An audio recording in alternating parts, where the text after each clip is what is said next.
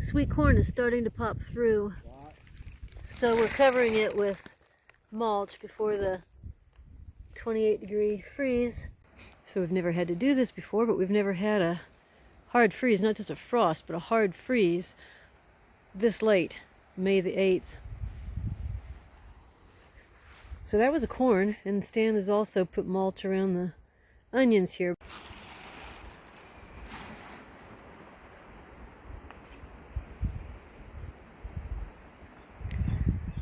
Okay, we're going to cover these up with some sheets on top of those fence posts. So we've got the onions all covered up.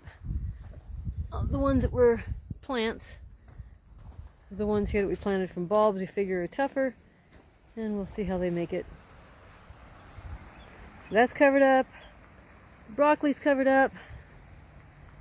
And in the garden, potatoes aren't through yet. The corn is covered up. And the row of red beets is also covered up. Green beans aren't through yet.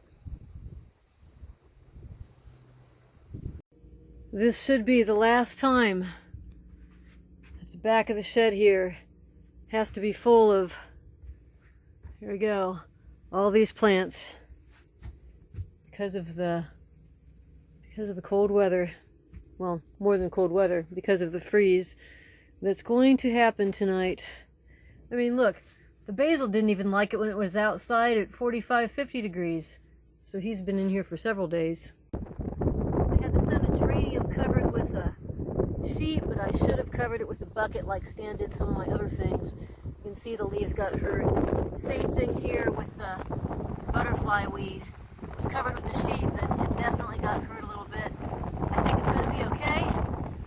We're calling for more cold temperatures in a couple of days, 3 more days in the 30s. We're going to cover them with a bucket next time. Scented geranium actually looks even worse the next day. I picked off a bunch of the leaves that got frozen. I really should have had a bucket over it instead of just a sheet.